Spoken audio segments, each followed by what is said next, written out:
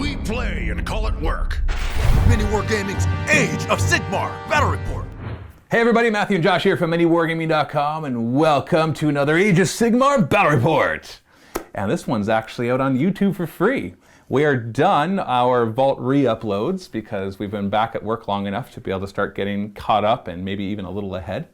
And so you can enjoy fresh battle reports every week for Age of Sigmar. And that means for our Vault members, you're back to being able to get 2 new Age of Sigmar battle reports every week. So we appreciate your support, because I know a lot of people were very understanding as to why we could only put out 1 new Age of Sigmar battle report every week, and that and Vault members were very understanding when we were taking them out of the Vault and putting them out for free, even though, that was in their membership area kind of thing. So thank you so much for your understanding, and now we can get back to normal. And so to get back to normal, I'm going to do something that I would have dreaded maybe a year ago, but now am not so dreading. And that is playing this guy and his Beastclaw Raiders more specifically. I'm not dreading playing Josh, of course. Right, yeah. Yeah, no, I haven't avoided playing Josh. I've just avoided playing his Beastclaw Raiders back when it was a one-trick snowball pony. I didn't even use them that much when I was trying to play against I know, but you did it once probably, and then you got the reputation, right? Yeah. Yeah, so that's all it takes. That's all it takes, all right? Or in Horus Heresy with the Mechanicum, and how you got the reputation for that as well. None of you guys wanted to play them because you didn't want to learn what the names meant. So it just so happens that you played those armies, and then Knights for 40k, just kind of throwing in that kind of stuff. But today, we are doing it. We're playing with the Beastclaw Raiders, specifically from the Ogre-Maw tribes. Yes. Versus one more time with Fyreslayers. I say one more time because I've played them for the past 2 games, but I changed up the list each time. This time it's going to be a Magmadroth Auric Hearthguard list. And you're going to go for the full-blown, something that if I didn't know how to prepare would be troublesome. Would it be? Yeah, Stonehorns. Okay. Very strong. I don't know how strong it actually is because it's been a while since I've played. It's just, I've always wanted to do a list like this. And Yes. It just looks cool. Yeah, and we'll look at the list in a second, but it's essentially 5 monsters, 4 of which are Stonehorns. And Stonehorns are ridiculously powerful. Now, the thing is, tournament-wise, I doubt you're going to go there and win tournaments with this because there's secondary objectives, there's all this other stuff, and because somebody else has dirtier tricks is really what it comes down to. But I'd say at your local gaming store, this would be considered a very powerful list. But having played Ogre-Maw tribes a lot and having done a bunch of the Beastclaw Raiders, I know exactly what to expect. And that doesn't mean I built the perfect list to beat it, but what I tried to do was build a list that wouldn't perfectly counter it, but also wouldn't be totally decimated by it, I think. We'll see what happens. It's hard to know. Dice are dice too, right? Sure. It can just be one charge that you make that does all the mortal wounds and all the damage with the tusks, and that just kind of crumbles my lines. Or you could just fail that charge and get countercharged and get totally locked down and nothing happen. So that's the fun with the Beastclaw Raiders. It's like, if you can pull off the things you can do, you can devastate the amount of damage. Yeah, it's really... big things happen. Either they go really, really well or really, really poorly. There's no middle ground for... No. It rarely turns into a long... I doubt we're going to be playing 5 turns, let's just put it this way. Yeah. Because we're going to be in combat quick. I'll have to be very careful with my positioning. You too. It depends on the scenario we draw as well, which we haven't even done yet. Yeah. And so there's a lot that can go wrong for either of us. I brought more of a... You'll see. I'll show you in a second. But we'll see how that works out. 2,000 points, Beastclaw Raiders versus Fyreslayers. Let's take a look. On this side, we have my 2,000 points Lofnir Lodge of Fyreslayers. Lofnir really likes their Magmadroths and their Auric Hearthguard, which is why you'll see a bunch of those. We've got 5 leaders in this. We've got an Auric Runefather, Rune Son, and I believe it's a Rune Smiter. Yes, Rune Smiter. Sorry, that was the wrong order. Runefather, Rune Son, Rune Smiter, all on Magmadroths.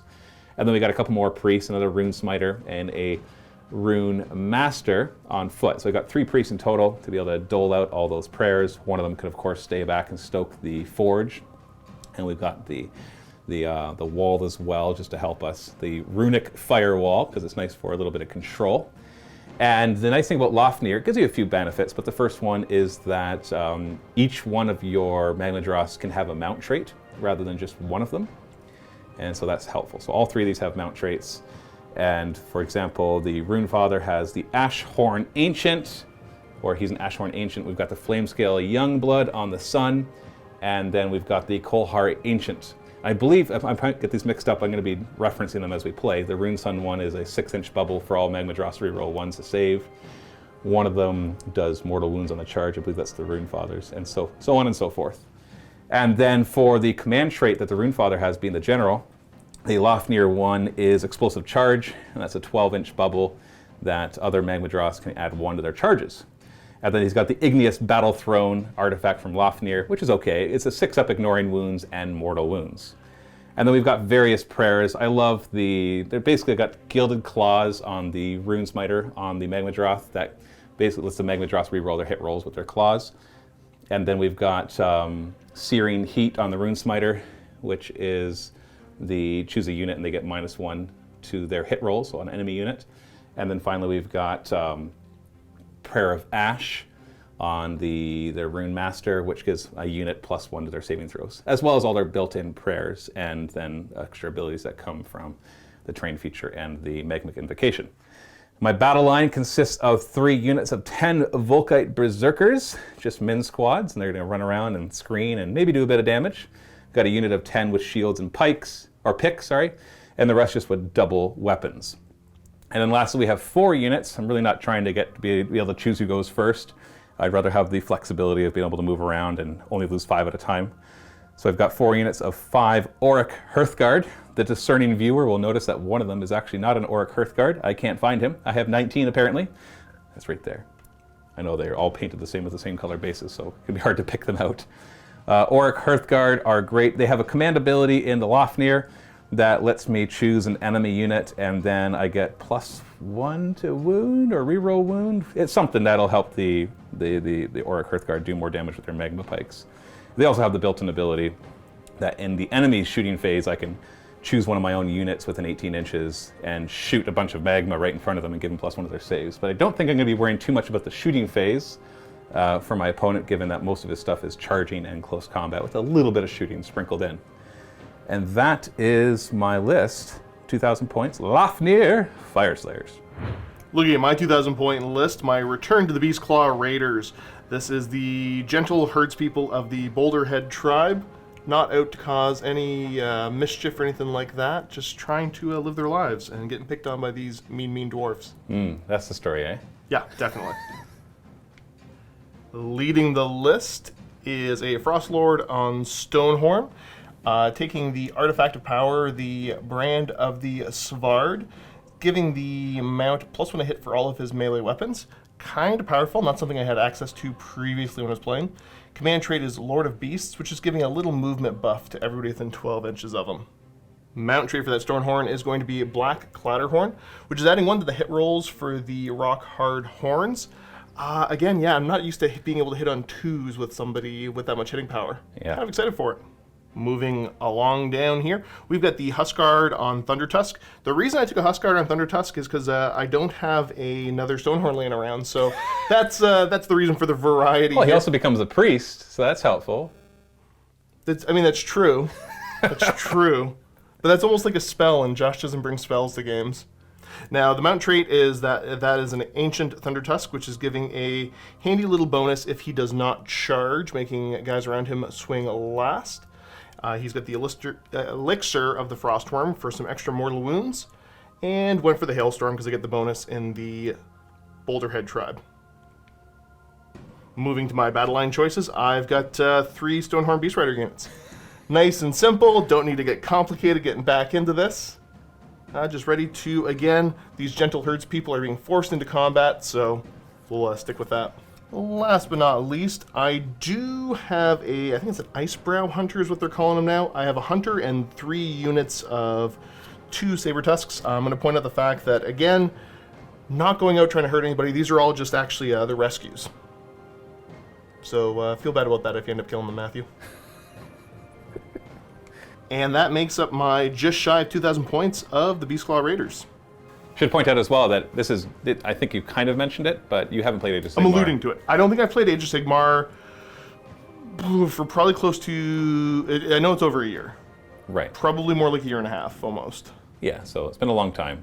Many moons. So this list will be a nice gentle way to get back into it. Exactly. You keep wanting to say gentle, so we'll just keep using that word. Because, again, this is the theme of these gentle pacifists being bullied by these dwarves. Yeah, pushed forward by the storm of their god, and Right. then being confronted by a bunch of Fyreslayers who are like, "Oi, stay out of our land!" Yep. And Very unkind of you. Very unwelcoming. and you just happen to be coming through, and that's if I happen to get in the way, well, it's my fault, not yours, right?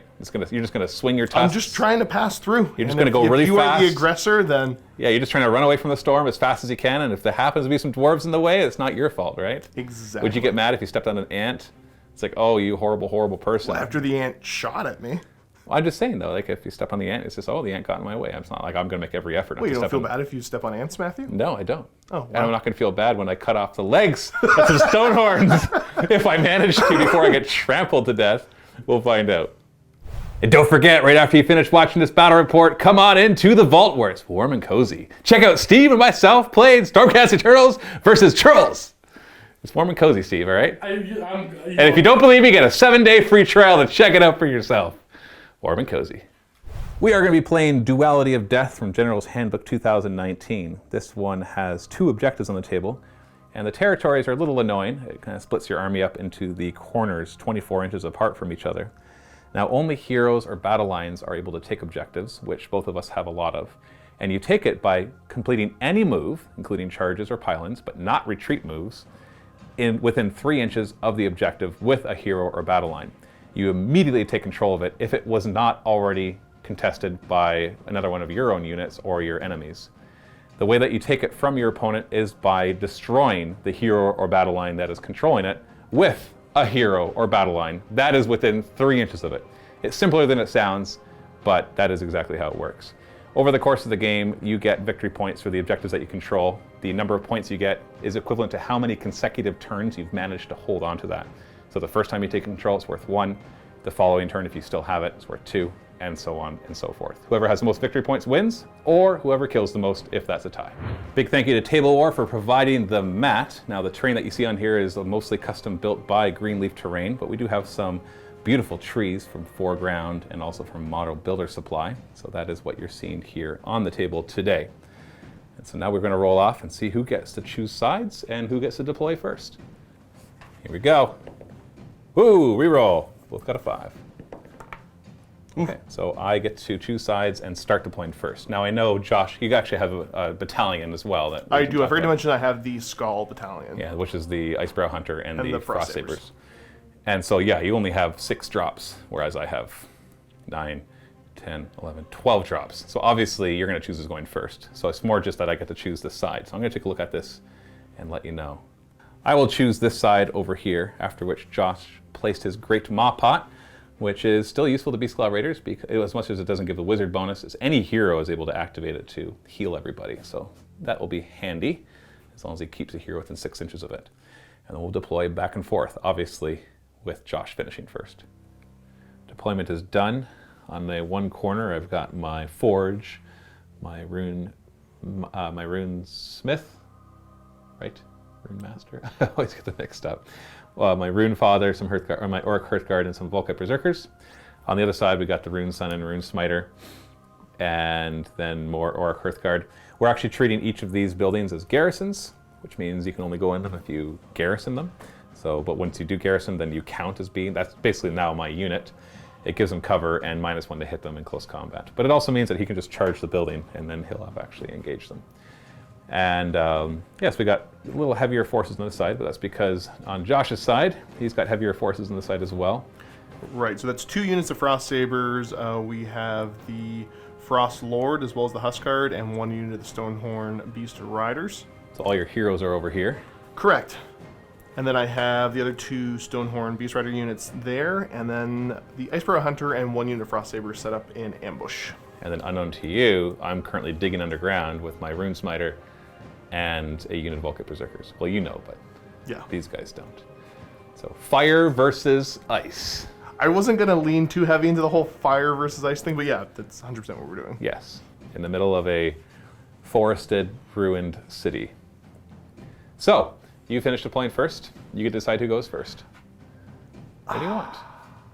You know what? I think I will allow you to go first. Oh, you're so nice. I'm kind, yeah. You're kind. Yeah. Fyreslayers, Turn 1. My command phase, obviously my Rune Master is going to use the Forge to give all priests within 18 inches, which is just him, +1 to their prayers. And then he's got Prayer of Ash, which gives a unit +1 to their saves. Normally needs a 4, but now it needs a 3. And I rolled a 2. That's 3 games in a row where I just can't seem to get that. Even with the pluses, I just never seem to get Prayer of Ash. I should just give up. He also knows Volcano's Call, but there's no terrain nearby to possibly do no mortal wounds. If you roll a die for each model within an inch of the terrain, and on a 6, it takes a mortal wound. So, you know, I'll do it. There's a chance. I'll do it, because it's like, why not? What's the range of it? 18 inches, so we're not close enough for me to do it right now. No. Anyway. Swinging to the other side, my Rune Smiter here is going to do his Runic Empowerment on a 3+. He does. He can give a unit wholly within 18 inches because he has a Forge Key. Reroll wound rolls. That's till my next hero phase. I'm trying to think. So if I do a shooting unit, that only matters if I'm going to shoot you this turn, because if you double turn me, who cares if I can reroll wounds to shoot you? So it's only going to really matter for close combat, I think. I will give it to the Volkite Berserkers, who already have double weapons to reroll hits. So now they're rerolling hits and rerolling wounds. I also gave him Gilded Claws on a 3+. Yes, he gives a Magma Droth within 12 inches, rerolling wound rolls for their claws. So I'll give that to him because he's out front, in case that matters. I'm going to use the rune that gives me +1 bravery. If I roll a 6, it'll actually make me immune to battle shock, which would be handy considering that I'm going to get charged pretty bad. Nope, but +1 bravery will maybe save a unit or a model from each unit. That's the end of my hero phase, so I'm going to move into the movement phase now and just move everything up. Not too super aggressive because I can't grab the objectives yet, so there's no point in making it super easy for Josh to charge with everything that he has. It's cautious. I moved up, not crazy. I can't really grab the objectives easily without throwing away my Magma Droths, because they would both go up and then be on their own to get charged by a million Stonehorns. So just kind of moving up the middle here into the streets with my Rune Father taking a more central position, far away from everybody. Not out of, everybody's in charge range, but it'll be like 10-inch, 11-inch charges. Not easy at all. With my Rune Smiter, some Auric Hearthguard. We did not jump inside the building, even though they could have, because that would just bring them closer and I wouldn't even get within 18 inches to get my first shot off. Auric Hearthguard like to shoot at monsters. They get extra damage against it. So I want to make sure they get some shots off. Volkite Berserkers, just kind of screening forward, moving up. Obviously, if Josh wants to play, I'll sit back and wait for you game. Well, then that's up to him. He'll lose out on the advantage of the double turn. And then the Rune Smiter and the Volkite Berserkers who are underground are not yet going to come up. I did deliberate over having them pop up and try to engage a unit just to hold them back, but I think that'll be a more useful tactic next turn or the turn after that, because they have to come in within the first 3 turns. I have no shooting because nothing's in range and everything ran anyways. So at the end of my turn, there is no points scored because I did not grab the objectives. So the score is still 0-0 as we go into Beastclaw Raiders, turn 1. Looking at my options here for my prayers, not a whole lot I can do with the Hailstorm. Nobody's in range currently. So I'm going to go for Winter's Strength. Looking for 4 up. I get it. This is going to be, until the start of my next hero phase, add 1 to wound rolls. I'm going to go ahead and just put it on the Frostlord to try to make him look extra threatening. Very simple hero phase. Now it's on to moving. Couple notes for movement, of course, because he's hungry. He gets +2 to his move. All the ogres do. The Frost Sabers don't benefit from that. And then the Frostlord, all 3 of these monsters get +1 to their move because they started the movement phase within 12 inches of the Frostlord. Let's see where they end up. Moving up the center here, you're going to be attempting to charge. Yeah, I think we're probably going to try to see a charge from him. So fun fact, he took the objective, but then he's going to lose it from moving away, so you won't control that objective, but you didn't seem to care. And then Frost Sabers come up the side. You actually brought in your Icebrow Hunter and Frost Sabers right in the middle. Correct. And then these guys kind of center themselves. Rather than getting too aggressive, Frostlord ran over to the middle near the Maw Pot, and then the Beast. The Stonehorns just moved it in wrong. Yeah, the Riders just come over there saying, hey boss, where should we go? These guys are interrupting our picnic. Yeah, this is the family gathering. They're gentle vegans. And gentle vegans. So your lore is that your guys are vegans. Yeah, they're the only actually ogre all vegans. Vegan, yeah. I think the only ogres that ever tasted a vegetable, let alone be a vegan. There's carrots in the pot. Those aren't carrots. Those are spleens.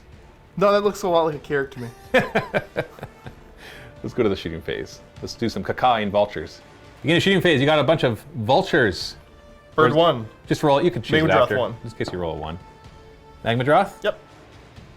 Rune Sun down to 13 of his 14 wounds.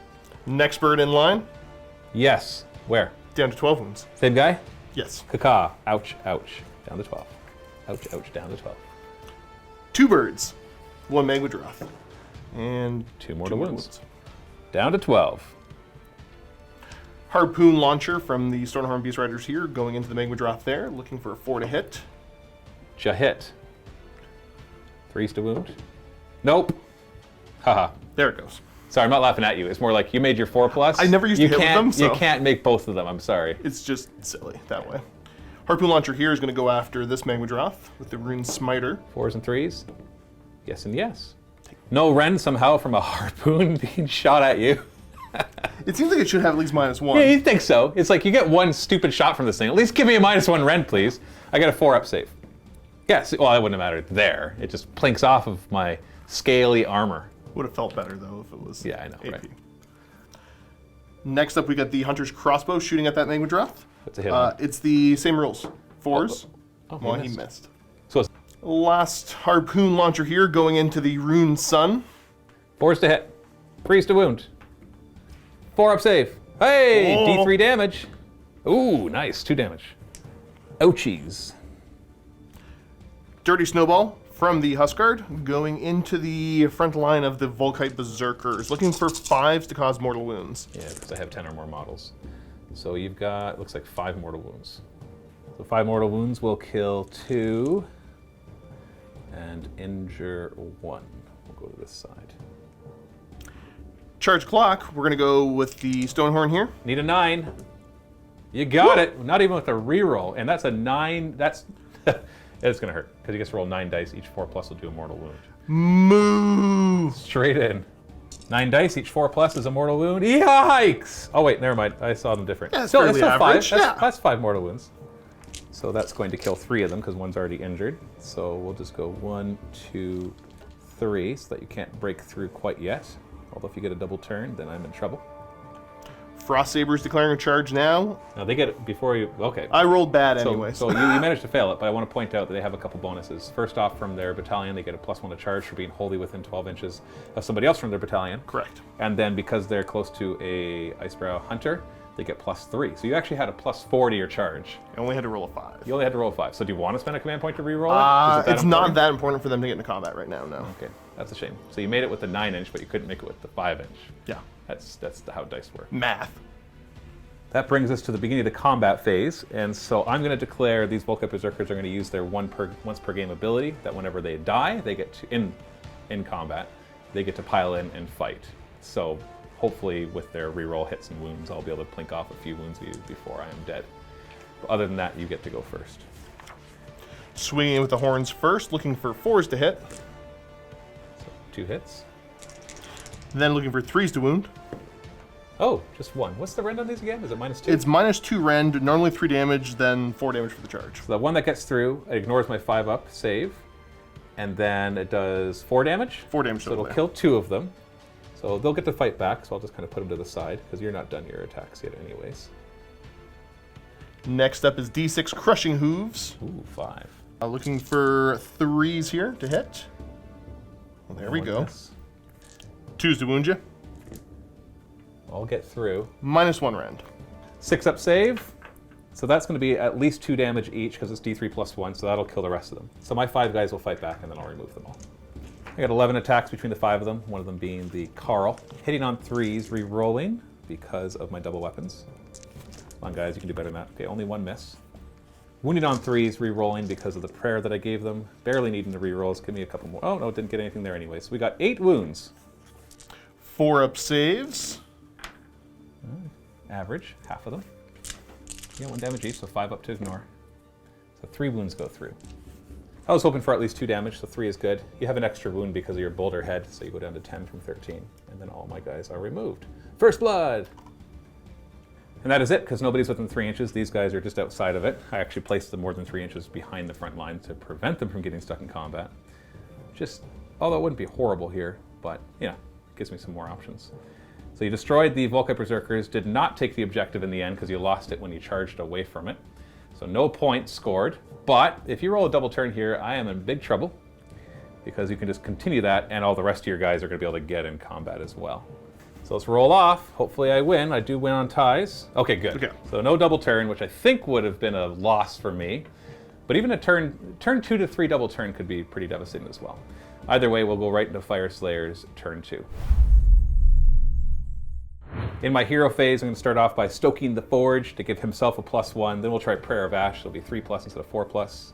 Hey, I made it! I'll give it to the Volkite Berserkers with shields. So in close combat, they'll actually have a good 3-up save, as long as they don't hurl their shields when I charge. But they'll have +1 save right now. Rune Smiter over here is going to try to give reroll wounds with his Gilded Claw onto probably himself. Let's just see if I get it. I don't get it, so it doesn't matter. And then he also has his built-in reroll wounds 1, which I also fail. Nice. Lastly, I'm going to come back here and I'm going to try to put up the Runic Firewall. It does not count as a prayer, so I don't get the +1, so I need a 3+. Come on, guys. I was going to place it right here. And it doesn't stop you from being able to get to me, but it just makes it a little more janky. Gives me better saves as well. I have a once per game ability. This Rune Smiter on the Magma Droth is going to eat some Urgold. He's brought a nugget along with him. It's really chocolate on the inside, but he doesn't tell anybody that. He just pretends that's part of the ritual. It's like, yeah, I gotta eat my Ferrero Rocher, guys. This is totally Urgold. It tastes as good as Urgold. But now everybody wholly within 12 inches of him gets +1 of their saving throws until... Which, you know, doesn't help against your charges, but... It helps against the damage after. It'll keep me alive a little bit longer. And I'm going to use the rune that gives me +1 rend across the board on melee weapons. If I roll a 6, it gives me +2 rend. Hey! Woo! Oh boy! Here we go. Okay. That doesn't happen very often. So an extra 2 rend on every melee weapon on the table right now. I wish it worked for the missile weapons too, but... That'd be a bit much.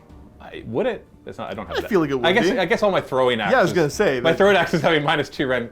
That, yeah, I guess that's Yeah. true. I'm thinking more of the Auric Hearthguard, but yeah, you're right. They're not really many, my throwing axes, but whatever.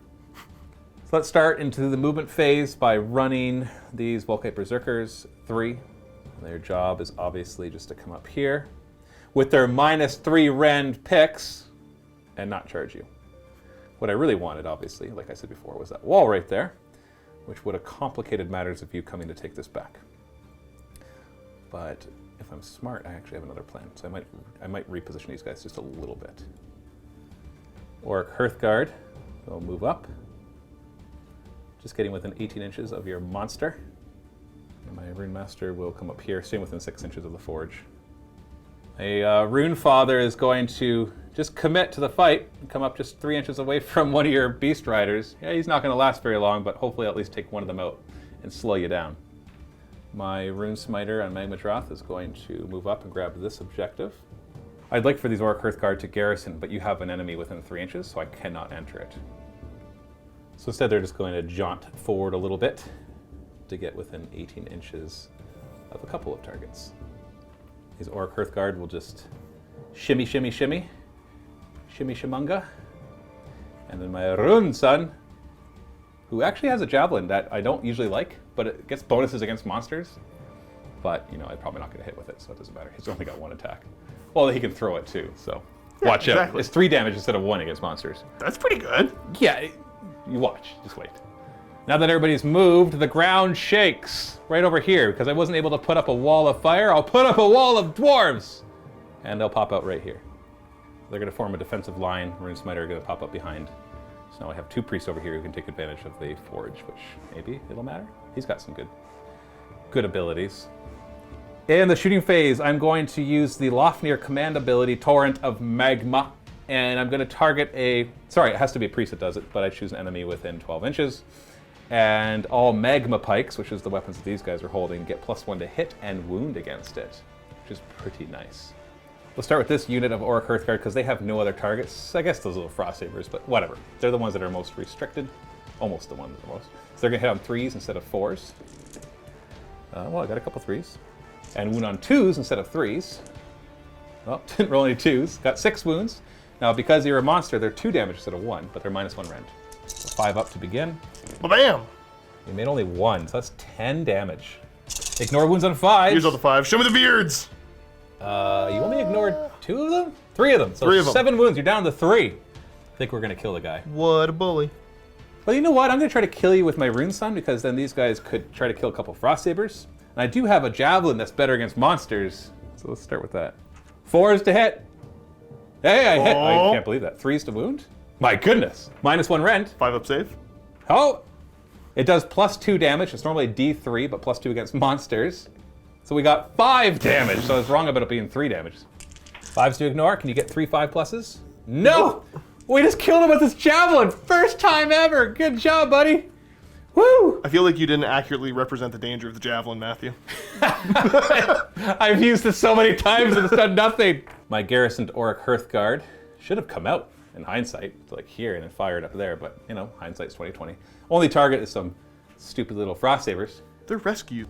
I hit them on 4s, no bonuses here. 3s to wound and kill, in fact, because you only have a 6-up save normally. Yes. But only kills one of them, because it's just 1 Meow. wound each. So yeah, bye-bye, little kitty cat. Auric Hearthguard over here are going to try to soften up your Huskguard on Thunder Tusk. 4s to hit. My bonus to hit only applied to the one that I had chosen. And 3s to wound. Oh, we still got 4 through. So 5-up save with the -1. So 3 of them get through, which will be 2 damage each because he is still a monster. And he does not ignore damage as he's a Thunder Tusk. That was actually pretty effective for just being a little min squad. And then we're going to swing over to the other side and fire these Auric Hearthguard's Magma Pikes into this Stonehorn Beast Rider. 4s to hit. Yeah. 3s to wound. So we got 3 wounds. We get 5 up against our -1 rend. Fail 2 of them, which do 2 damage each. Ignore them on 5s. 3 wounds through. With the bonus wound that you start with for being Boulder, whatever. Boulder Head, I think? Boulder Dash. Then you're down to 10 wounds. I'm gonna roar at him. I'll have to roll a 1. You have to roll equal to or under the number of guys. I don't. Otherwise it would actually do D6 mortal wounds because of how close I am. And we'll swing over here and roar this way as well. No. Then we're gonna throw an awesome axe. 5s to hit. Yeah, no. Axe! Let me axe you a question. No, it missed. Yeah, no surprise there. And everybody else is more, they have to be more than 9 inches away, and the axes are 8 inches, so clearly not in range. Can't complain about that shooting phase. Killed a Beast Rider, Stonehorn one, that's important. Really injured a Thunder Tusk, who will hopefully die. And softened up another Beast Rider. So if all goes well, you'll be down at least 1 more monster, and kind of pinned back as well. Let's find out. Charge phase! Auric Runefather is going to charge 7 inches. Boom, in he goes. Your horns are in the way, so I'm just going to go as close as I can, and we know that we're in base. While we're over here, this unit of Volkite Berserkers will attempt to charge. They need 9 inches, but they've got a horn, which gives them +1 to charge. So we need an 8, which we actually roll a 9, so a 10-inch charge. Now, I'm glad to get them in there to deal a little extra damage, but it's more Board position. that flesh wall that just kind of stays in the way. And they were not the ones controlling the objective, so I'm not losing control of the objective by charging it. And they go. Swinging over to the other side, I'm going to contemplate charging into that, but I don't think they want to charge the Frostsabers. But my Rune Smiter is going to charge. I'm going to re-roll that charge because I'd really like to kill that Thunder Tusk. 10 will get in, and more importantly, he's a Flamescale Youngblood. That's his Magmadroth trait, which works similarly to the Ogre Maw tribes, that whenever I roll a charge, I roll that many dice, and each 6 does a mortal wound. So, you know, it doesn't work like your monsters, but it's still something. So once again, your tusks are in the way, but I've already measured it, and I know I can keep the objective and still be within an inch, half an inch of you. So I rolled a 10 to charge, so I get to roll 10 dice. Each 6 is a mortal wound. If I roll 7 6s, then he's dead. There is that. Yeah, but I'll be happy with 2. 4! Double my happiness. Swinging over, that brings you down to 3 wounds. Yeah, won't be doing that combat first. One thing to note is that I will have to fight last with him. You actually get to fight first. Yep. Because of your mount trait. That as long as you don't charge, any enemies within 3 inches must fight last. I will attempt to charge right here. The dice have declared that maybe I can make it. I don't know, I gotta check it. No, I needed a 6-inch charge. I was just more to charge this way and wall off this area a bit more, because I know that they're just mincemeat now. Into the combat phase, are there any command abilities you'd like to use? I have no command points, so I don't cannot. have any useful ones right now. Well, you have the built-in ones, the all-out attack, all-out defense, to give a unit, because you have your general here, so you could give him either re-rolling 1s to hit or re-rolling 1s to save. That's all. That's your general I was entirely aware of them. It's been a while. Yeah, I know, that's fine. Yeah, That's why I'm reminding I you. think we're gonna go. I might as well go for the all-out defense then. Because you've got 2 command points, right? Yeah. And you're not, so all If defense. if he lives, that'll. Now remember, I've got an extra -2 rend, so I don't want any gotchas He's like, not oh, gonna, I he's not gonna forgot. have a great save because the axes. Do they have a built-in rend already? No, so they'll be -2 rend, so you'll be 6 up. Against him, I'm pretty sure everything has at least 1 rend, which means he won't have any It saves. might not be worth it. So the question is, do you do the reroll 1 to hit to maybe get something back? I'll do the reroll 1 to hit over here Because you know you're gonna get to because fight I'm gonna first. get to swing at least. So Okay. So my first one to pick will obviously be my Runefather. I cannot pick him, so he'll go first and try to just kill him. The Orc Runefather will start with his Latchkey Grand Axe, which right now is all 3s. 3 attacks, 3s to hit, 3s to wound, -3 rend, 3 damage. Which doesn't matter because, oh look, I'm minimal! I was just ready for 2 misses. Oh what my did I ever goodness! do to you, Matthew? So that's 9 damage right there! Because you don't even get a save against my -3 rend. Can you ignore them on 5s? Oh, you ignore 4 of them, but 5 is still pretty freaking good for that guy. That brings him down to 5 out of 10 of his wounds. Yep. I'm gonna do the claws and horns of the Magmadroth, hitting on 4s. Ooh, that was the hard part. 3s to wound. These are gonna be -3, 2 damage.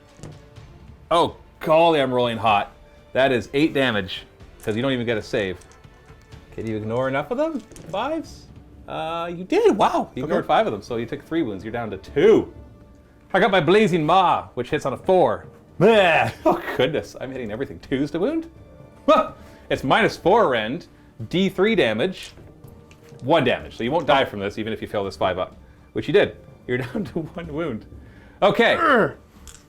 Off camera, I'm like, yeah, this thing's not that great. Oh goodness. You said about every different thing. Yeah, but I rolled really well, okay? I know. I rolled really well. 10-inch charge, making 4 6s. Like, sniping this guy with the javelin? The javelin? No, that doesn't happen. One of these days, I'm making you play 30K or something. Yeah, just so you can play Mechanicum and just Oh, yeah. walk all over me. Okay, I'll feel so better. Your turn. So you might as well choose a Stonehorn before he dies from the Volkite Berserker. So the question is, do you use this opportunity to kill a few Volkite Berserkers before they attack you? Or do you just go for my Runefather and die from his Volcanic Blood? Just to warn you, every time you take a wound off of him, on a 4+, you take a mortal wound. With a melee weapon, not from charging. Yeah, I mean, like, what's his defensive stats on the Runefather? Well, he's got the trait, let's let him reroll 1s to save. So Yep. right now he's a 4-up save, rerolling 1s. Okay. And then he's got a bunch of wounds, like 14 wounds, I think. I think I just want to put as much damage into him because he And just, scares the heck out of me right now. And then you can try to finish him off on your turn. Right. What are you going to start with? Let's just go punches and kicks into him. So looking for 4s to hit, 4s to wound you. 3 wounds. 4-up save, rerolling 1s, so 1 failed so far. 2 failed, so 1 damage each. Take that, you fiend. D6 crushing hooves. 3s to hit you. Solid hit. But 4s to wound because of how hurt you are. That's the tough part. Ah, yeah. Adds up to Nothing. 5. Yeah. 2 attacks with the horns, 4s and 3s. Yikes. Okay, so 2 damage total, which means I roll 2 dice and each 4+ is going to be a mortal wound to you. You take 1 mortal wound, which you ignore on a 5+ or die. You die. So you died from my blood. Well, and... Now your dwarves don't get to do anything. Well, they could still pile in 3 inches. I don't... Yeah, you know what? No, I don't know. I'm trying to think if there's like a positioning thing that'll help. Well, I'll do it just to kind of make it harder for you to get a good attack against my father. Down to 12 wounds on my Runefather. I will pile in with my Volkite Berserkers. They can be selected to fight because they did a charge move. So their job here is just to make it harder for you to fight my Runefather this turn. And then you get to fight. And just a reminder, I did not choose my Runesmiter to fight because I cannot until we are done everything. Right, end of the fight phase for him. Punches and kicks, hitting on 4s, wounding on 3s. Ooh, better wounding for the Husk card. 4-up saves. 1 gets through. It's just 1 damage, right? Yes. Okay, we'll keep track of that. So 1 damage so far. Next up is the tusks, 3s and 4s. So he's injured. So what changes because he's injured? The wound roll, normally it's 2s if he's healthy. Oh, didn't matter. -1 D3 damage, so 5-up saves. I make 1 of them. 2 D3.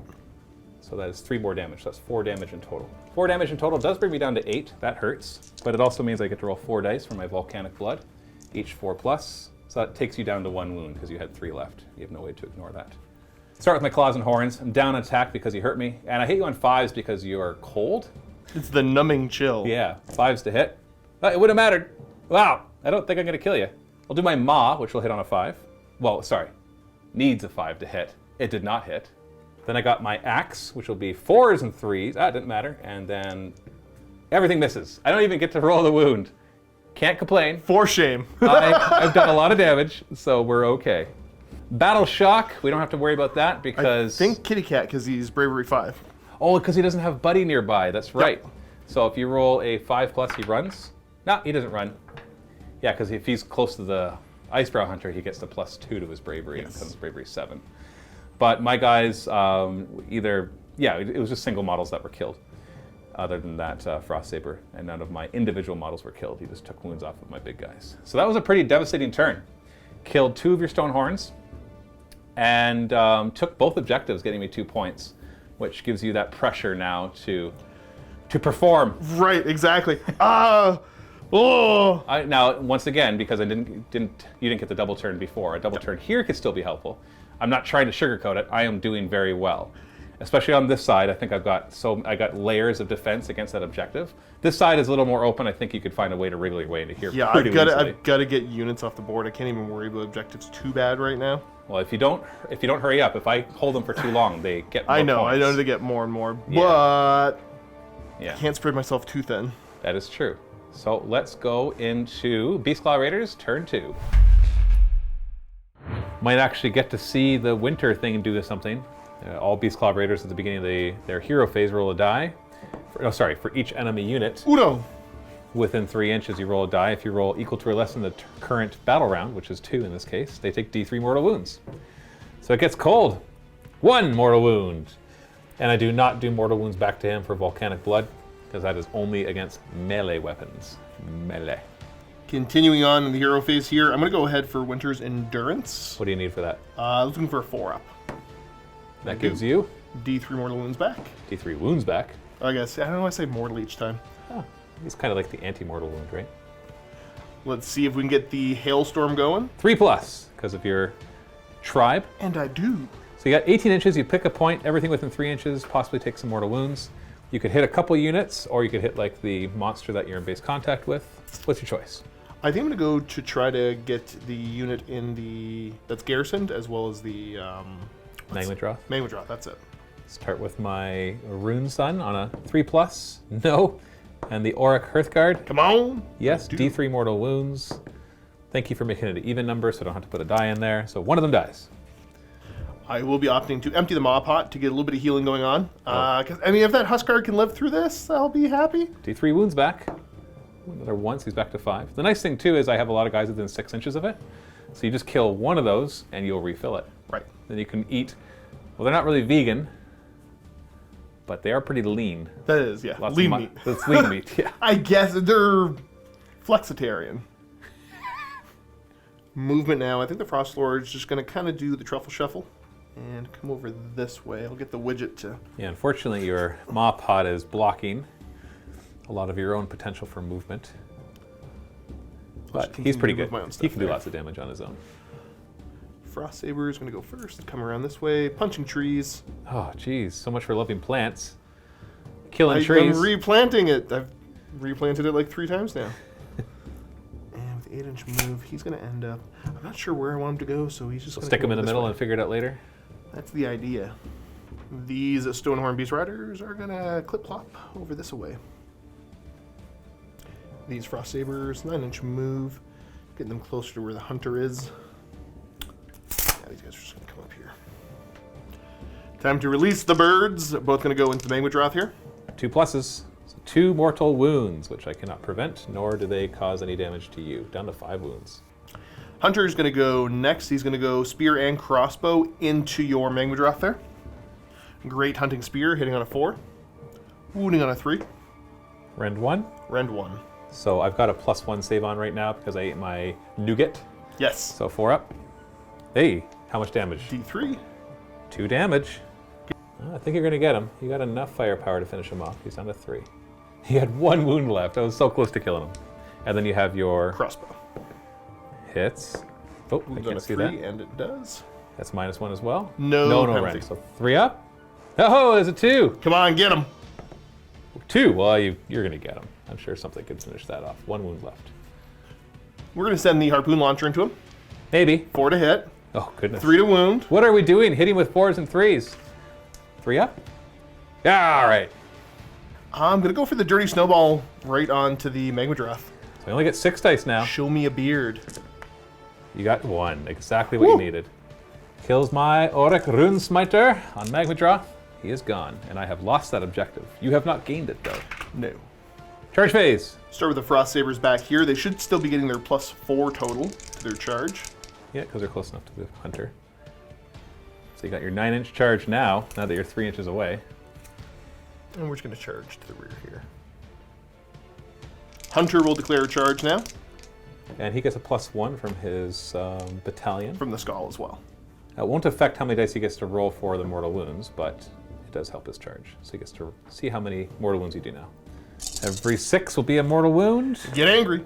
Oh, there's 2 6s. Very. Yes, thank you for not making me put a die on my guys. Now, I don't think there's any way for me to really reject this charge. Maybe this will make it slightly longer, but I think it'll be fine. Charge with the big fella next. 7 should be in. But thankfully, it's just a No minimum to get in, so that's all, you only get to roll 7 dice. Stop killing the trees, Josh. Yeah, just take it away. 7 dice, 4 pluses do mortal wounds. Ooh, only 2. I don't think you have to worry, though. I think your close combat prowess will do The damage trick. potential should help there. Yeah. Moving down the line, I'm going to go with the Frost Sabers in the rear. I got to roll like an 11 to make this charge. And 7 is definitely not in. I will charge the one in front as well. No. A 4-inch charge. with the These are +1. very lazy cats. Yeah. And then last but not least, the Frost Lord. Yeah, I'm trying to think of the best way I can do this to... Oh, Well, just I roll. kind of don't want to fight Friendo there. Well, you could just charge right there. I always feel obligated to move right away, even though I know I don't need to. Woo! That's 11 dice you get to roll for his for his thing. I won't be able to get the mortal wounds onto the Rune Father, but that's okay. I'm just going to move all the way up. Put the mortal wounds on the Volkite it nice and Berserkers tight. and then try to kill him. Yes. 11 dice. Each 4+ is a mortal wound on the Volkite Berserkers. Get angry, big fella. Not bad. That's 5 mortal wounds. Might as well kill the ones in the back because they're not going to be able to fight anyways. So you did 5 mortal wounds. I don't know why I'm taking away so many guys. That's 2.5. There. Over here, I'm going to go for the all-out defense, just because I think I'm going to be putting so many attacks into your Rune Father. And he's kind of a linchpin right now. If he takes any damage, I'm starting to get more and more nervous. Yeah, if he dies right here, then you're in trouble. You could do perfectly over here, but if he dies, then you're not going to force your way through. He's going to be forced to a 5-up save from the Axis. Yes. So anything defensive I can do, yeah, will help. Yeah, exactly. And then who do you choose to fight first? Got to be the Frost Lord. Obviously. Now, everything but the punches and kicks could go into my Rune Father. Is that what you want to do? We got to declare it all right now. You know what? I'm going to go ahead and be a little bit greedy because I think at this point I need to. So I'm going to send the spear and the punches and kicks into the dwarves, and the mount will be fighting your The mount against my Rune Father and the rider against my Volkite Because Berserkers. defensively, he's a what save? Right now, he's a 4-up save, rerolling 1s. Still pretty With this, which was 6-up ignoring wounds, which I forgot to do on those 2 that he already took. But I didn't go back and do that because he did his volcanic blood, so we don't know which one would be negated. And so, yeah. Starting off with the horn swinging in. Because of the stacked bonuses, I'm hitting you on 2s. Yeah, you got the mount trait for +1 and the artifact for +1. Barely needed it though. Look at those 4 6s. So all 4 hits. Delicious. Winning on 3s. Oh no! Go ahead and take that. That's 4 damage apiece. I only get a 6-up save against this. Oh, Jeez. that's still 12 wounds. Yeah. Which is enough to kill me. I don't know. I think I'm dead because you still have your stomping attacks as well. Crushing hooves, 6s to ignore. Well, unless I roll 5 6s, which means I have exactly 5 wounds left. What are you doing to me, Matthew? I am surviving. D6 attacks with the hooves. 3. That's okay. 2s to hit you. Because of your artifact. I believe these are 2s to wound you. Yeah, because you're not hurt yet. Well, at least it's 5s at least. Yeah, you're good. -1 on these, so 5-up save, which naturally I don't make those. I only make 6-up saves. Reroll the 1s. So these are D3 plus 1 each. And I'm still going to roll it because I got my ignore wounds. So that's 1, 2, 3, 4, 5, 6, 7, 8, 9 wounds from that. Don't think I'm going to survive this. I need a whole lot of 6s. So that kills me. So I had 12 wounds. Yes. So you're going to take 12 volcanic blood reactions. Now, if this somehow kills you, which it wouldn't, you're not done your attacks. We're just going to do these right now, and it will not affect any of your attacks. So 4 up for mortal wounds. So we've got 6, exactly half, which you will ignore on 5s. That was very statistical. I got half, you got your 2/3. So you just took 4 wounds. 10, I believe. Yeah, he starts at 14 because of his bonuses. So that kills my Rune Father, which really sucks. And now you get to attack my Volkite Berserkers. 3s and 3s with the spear. Well, 1 misses. What's going on, Josh? You're losing your touch. Well, I mean, like, the mount was doing all the work. So 2 wounds. -1 leaves him with a 6 up. What's the damage? 3. Whew. Glad I made one of those. Oh, shoot. No. I did not declare it.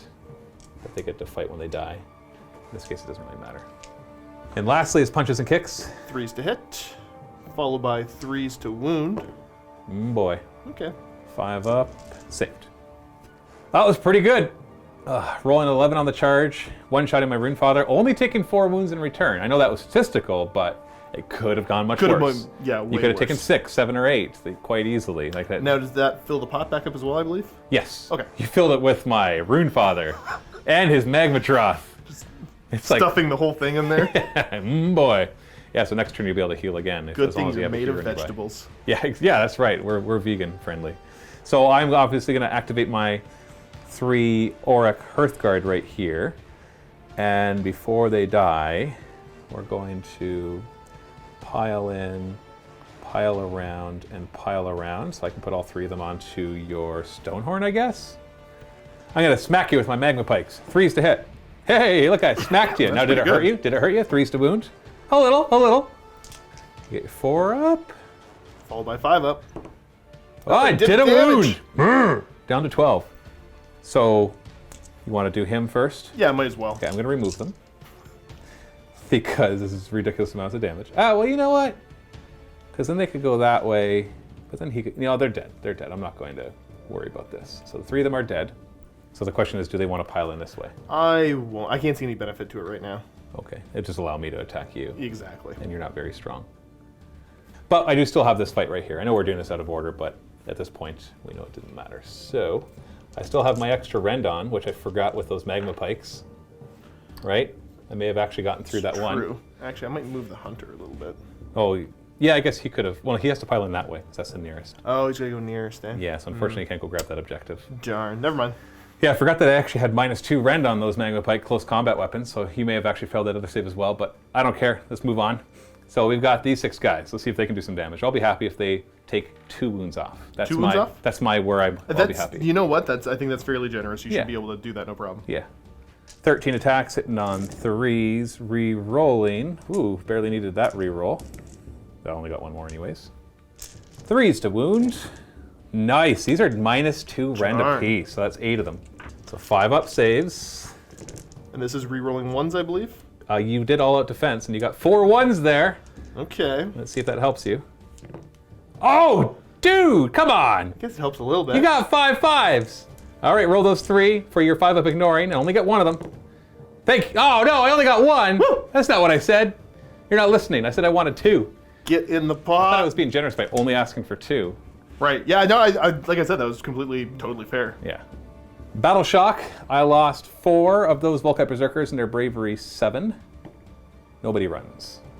And everywhere else you just removed entire units, so there's no other Battle Shock tests to be done. At the end of your turn, you did not take either objective, so in 2 turns still have 0 points, which brings the score to 2-0 for Fyreslayers. This next roll-off is going to be very important. You're looking for that double turn again.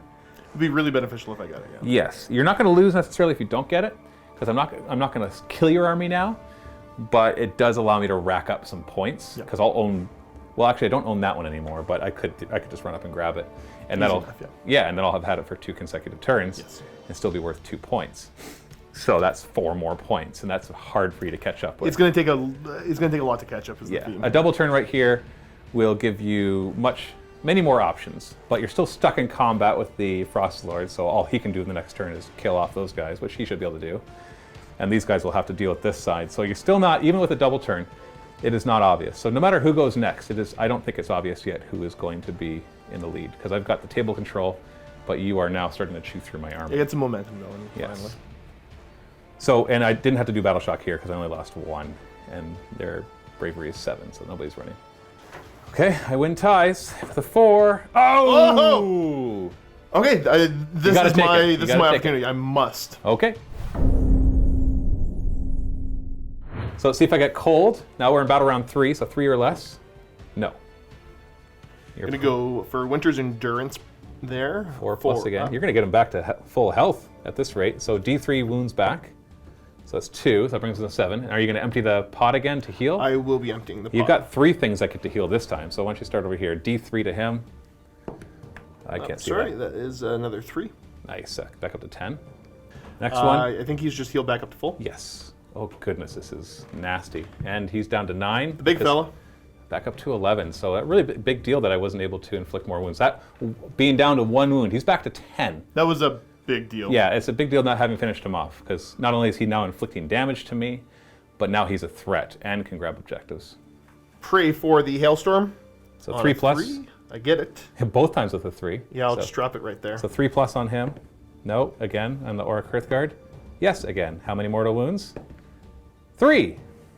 Yikes. So another one dies, and another one gets wounded. This cover ain't doing nothing. Movement phase. Here, he's down to move 9. Because he's still hungry at least. Ah, geez, do I want to move him up there? Grab the objective. I mean, that's smart, but I'd almost rather grab the objective with the Hunter and bring him over. I'm trying to think if I can use him offensively that well. So I won't move him up the full 9. So he grabs the No. objective then. The Hunter's going to come over and grab the Yes, if objective. the order of operations here matters, because if he moves up and then the hunter moves over, and then you charge away, you lose that objective. Right, so the Hunter is going to be moving his 9 inches over So there. he's now technically holding that objective. And now you can move up the 9. It's going to be a tough charge, but if even possible. I doubt it's possible, but I'm hoping that at least when you charge in there, you'll have to fight more than one thing. Yes. Time to move up the kitty cats. Yeah, stay 3 inches away from the terrain, because the terrain counts as my model. Oh, my mistake. I know it doesn't look like it, but it You gotta get used to that one. It is mine. The entire thing is mine. It also means he doesn't charge a train and get me. These guys will just move over there. Make room for the big boy. Probably. I'm trying to figure out where I want Unless to he send wants to head him. that way. Ah, Do you jeez. undercommit here or overcommit here? Or maybe you just commit here. It's hard to know exactly how many you need until you've rolled all your dice, right? Exactly.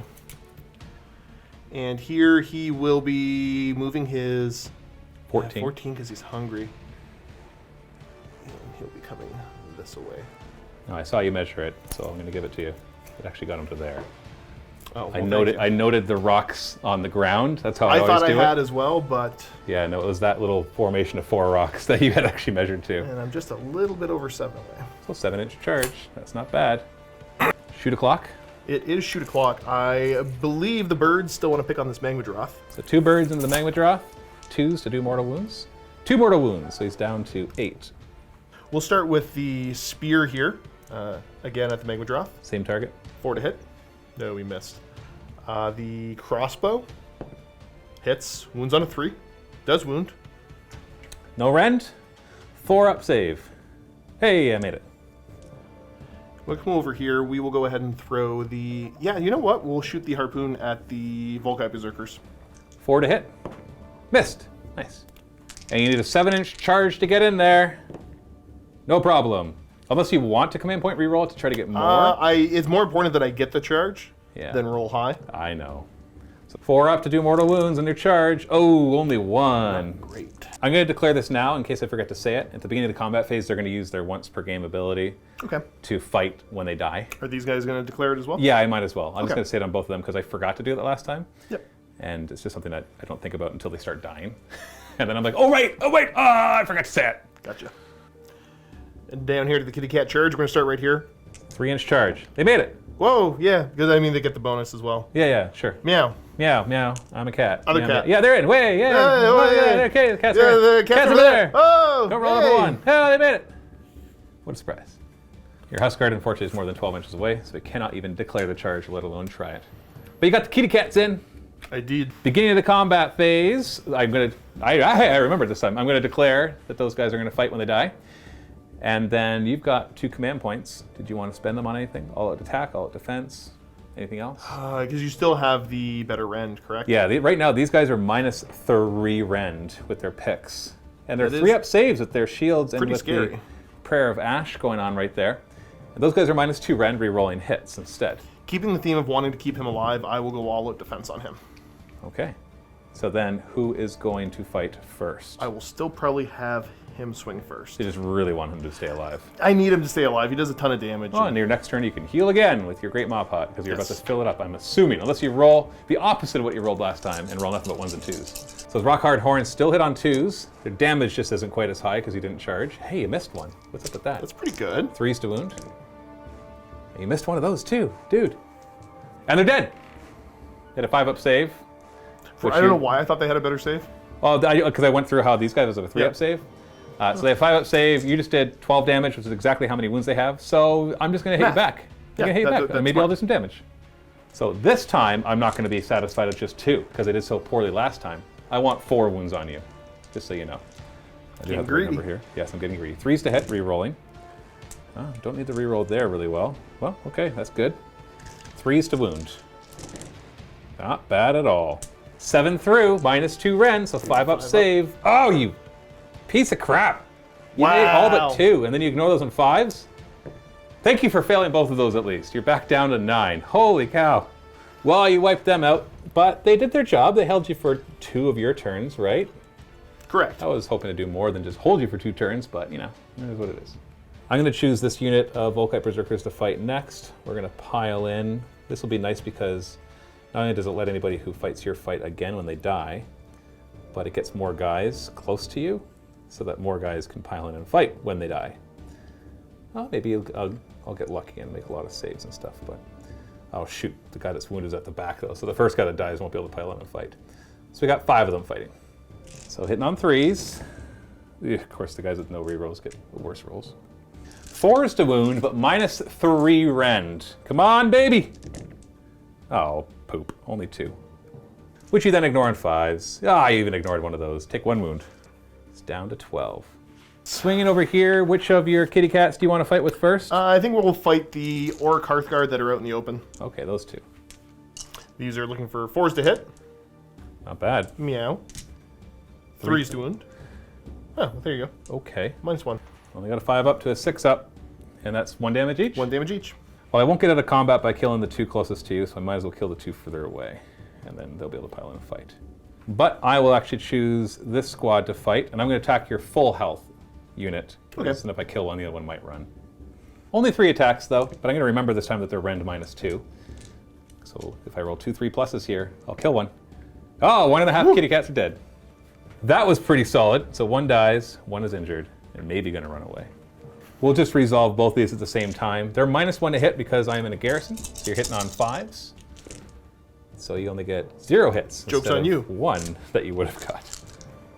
And then I'll have these 3 Auric Hearthguard fight. Maybe they'll do as well as the other 3. 3s to hit. Nope. All right. Yeah. And then we'll swing over here and complete this one. Now, if anybody's watching and you're thinking, hey, you're not doing combat in the right order, you're right. We're just doing it in the order that we know will matter.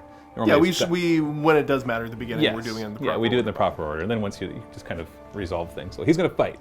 Starting with the horns, looking for 4s. Is it 5s because you're a penalty to hit, or is it just a better save for you right now? I am +1 to save. Gotcha. It was a garrison that was the -1 to hit. So you got 3 hits. 3s to wound. Oh, only 1. -2 rend, so I get a 5-up save with my shields. Oh, I made it. Look at that. Punches and kicks on 4s. And 4s to wound you. So 3 wounds. No rend means I have a 3-up save. And I make all 3 of those. D6 crushing hooves. 3, so a little below average. You're looking for 3s to hit, right? Not looking for 1s and 2s. Not 1s and 2s. And 2s to wound, because Yes. you're still not really bracketed. -1 rend, so 4-up save. Oh, he did no damage! You don't get. Well, I didn't want you to hit me back again. That's right. Yeah. You made me burn my the ability. Ones for, yeah, exactly. you're It's right. less efficient. I for you to totally have done it this way. I totally. I'm a mastermind. Yes, you're right. You are brilliant. Good job, Josh. Thank you. Into Battle Shock. How I was working to do some Battle Shock for you, but you're within 16 inches of your Icebrow Hunter, so you're actually +2 bravery, so you're fine. I lost only 1 here, so no worry for bravery 7, and lost 2 here, which is technically enough if I roll a 6. which I do not, to lose 1. So nobody runs from Battle Shock. And you refilled your Ma Pot, by the way. Yeah. So your next turn, you're going to heal again. So I need to like fully kill things so you don't just keep slowly getting all your wounds back. You could move more units here for me. If No, no more. You're not Sure? eating any more, my guys. That was just to slow you down. It turns out that it helped to heal your guy up really well, but you know, what are you going to Yeah, do? I got like 9 wounds back, I think. Well, yeah, because you were down to 1 wound. Right. So you grabbed 1 objective. You've held it for 1 consecutive turn, so that's 1 point. As we go into Fyreslayers turn 3, the score is 2-1 for the Fyreslayers. On the board. You're back on the board. My hero phase, I'm going to activate the Forge, so both my priests here have +1 to their prayers. Immediately try for Prayer of Ash again, which I get. I'll keep it on the same unit with the shield, so they're up with a 3-up save.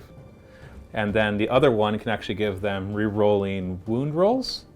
Or do I want to give it to them? I think I'll actually give it, if I even get it, which I do, I'll give it to these Auric Hearth cards so they can re-roll wound rolls. It's just wound rolls, it doesn't say missile or melee, so all the weapons, so it'll be helpful there.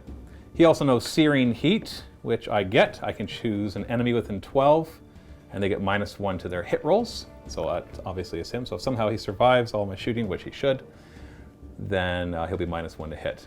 Which means you're going to make all your hits this time, Definitely so. rather than missing. I'm not going to use my Volcanic Call because I'll hit my own guys more than you. It won't really matter against you. I'd really like to get this wall up, stop your Frostlord from getting through. And a 6 will do it. So I'm going to place it right there, just to really screw up your movement. So there's just no way for you to come through here. You'll have to come around this way. So if I kill him, obviously he can come in there, but you know, if I put it there in anticipation of killing him, then you just come straight through.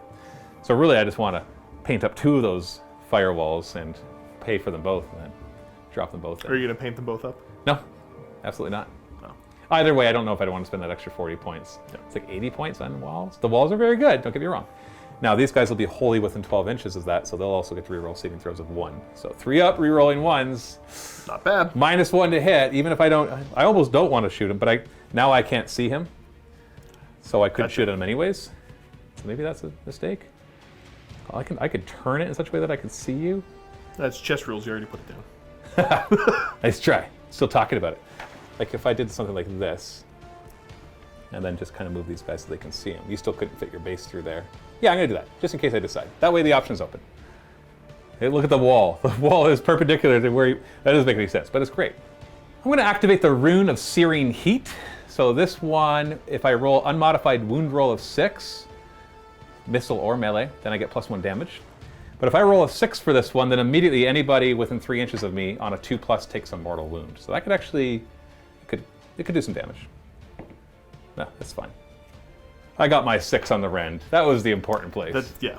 One last ability I never really get to use. He has an ability that when he's within 12 inches of the enemy in the hero phase, I roll 2 dice. Nothing happened. I think I have to roll 6s or 4 pluses. That it gives me +1 to hit. Oh. Or something like that. Is that the little Urgold finder or something? Or Yes, that's right. Okay, yeah. That they smell Urgold on you. They're like, he's got some gold, and everybody's like, what? Have at him. To clarify, now that I've read it again, if I rolled a 6, I reroll hit rolls of 1. If I roll 2 6s, I reroll hit and wound rolls of 1. We're gonna shuffle around here in the movement phase, make sure I'm close enough to your Rune Lord in case I decide to shoot him. He's gonna stay back within 6 inches of the forge. Swinging over to the other side, my Rune Sun is gonna move up, getting ready to engage. I can get a charge on your hunter without having to engage him, which is good because he makes me fight last, and also I don't wanna have to fight him. So we'll see what that does. And then right to our shooting phase, then we're gonna have the Auric Hearth Garden here shoot at the fresh one to try to finish him off. Right, is that the right choice? Or do I just try to kill one? Nah, we'll go for the fresh one. We're looking at 4s to hit, no rerolls. 3s to wound, 6s do an extra damage. All right, didn't matter what I chose because they didn't hit anything. And these 3 right here have to fire at these ones, so there's not any choices there. Nice. 3s to wound. 1 wound, so you're fine, you just take 1 wound. It's -1 rend, so you don't get a save against it. 1 goes down to 1. I'm gonna roar at them though, so 1 or 2. Nope. And then I will throw his axe and javelin. So dumb. I'll throw the javelin at him because it's a monster killer. And the axe over at this one because he's down to 1 wound. Let me axe you a question. Misses. Javelin. Hits. And wounds. -1 rend, so 5 up. Nope, so it's D3 plus 2 damage. Nice, 5 damage. Get back down. Get back down. Oh, now I want to charge him. Do it, Cal. No. Go, come on. No. Live a little, No, Matthew. I want you Live to a charge little. me Come so on. I can choose to fight you, but not last. Swinging on over here, we're going to throw all our throwing axes, and I'll just toss in my priest ones as well while I'm at it. Hitting on 5s. Why? Jeez. Why with these, though? They're not going to do anything. Unless I roll 6s to wound. 5s to wound, but 6s do 2 damage. Two wounds. So 4 up, followed by 5 up. Come on. Oh, that's embarrassing, Josh. You took 2 damage from my axes. Hard choice here. I actually have line of sight because of the way I position my wall. So I could shoot at your Frostlord, or I could shoot at your Beast Riders right here. Now, in the perfect scenario, I want to shoot at your Frostlord, kill him, and then neuter or kill your Beast Rider in close combat. Yeah. Right now, he's pretty neutered. He's -1 to hit. I'm at 3 up saves, rerolling 1s. So I don't want to kill the Beast Rider and leave your or your Frostlord just fine. I mean, you're acting cowardly on this side, so what's the cowardly move on this side? I actually don't know. What is the cowardly move? I'm not sure. I'm not sure. I really don't know. So I'm going to shoot at your Frostlord. Okay. Because if I kill him, which I'm not likely to, but at least I can take his wounds down. Because he's going to heal It'd D3. be a big deal, yeah. If I kill him, then he'll stop him from healing everybody, and it's a big deal because him being dead. So let's try it. 11 shots. See, alternatively, my priest could use his 1 command point to let me get +1 to hit and wound against that guy and make these really, really useful. No, let's go with the original plan. We got to save that for Inspiring Presence in case you get lucky and kill a bunch of my guys. 4s to hit. Let's see, it wouldn't have helped that much anyways. Well, your Frostlord's going to survive for sure. 3s to wound, unless they roll nothing but 6s. These are -1 rend, and these are 3. You're going to have to roll these 2 separately, because these are 3 damage, and these are 2 damage.